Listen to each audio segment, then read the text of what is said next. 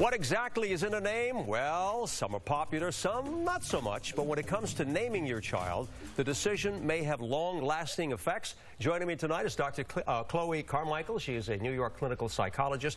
Chloe, good to have you back here. It's always great to see you, Ernie. This is a subject that a lot of people are talking about. The Royals named the baby Archie, and there was so much reaction. You know, Archie, the comic book strip, TV shows, and so forth.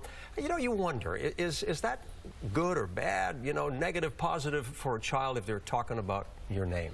Well, everybody, of course, has different associations to different names, and so that's why I do think parents have to be careful if they're going to think way outside the box, for example. But things do change, though. I mean, you know, we're living in a world where, you know, particularly in New York, great melting pot, but it's that way in America, where so many names now are not so uncommon and more acceptable, if you want to call it that. But, but you do have a name that kids can tease you, and it can affect, and you know from your experience, it can affect your self-esteem, your popularity, and all of that stuff.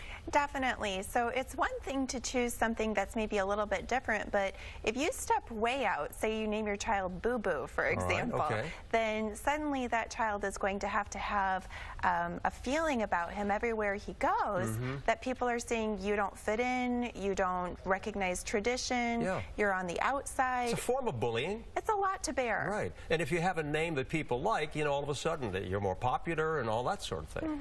Right. And so it's, I think, nice to give kids a choice. If you have some kind of an unusual name that you're just dying to give your kid, maybe as a middle name, so they have a choice. You were telling me before we went on the air about how even teachers, for example, or employers look at a name. Explain that to our audience. Very interesting. Sure. So studies have shown, for example, that teachers, and this is nothing against teachers, they're excited. They're looking over their list of students and they're excited.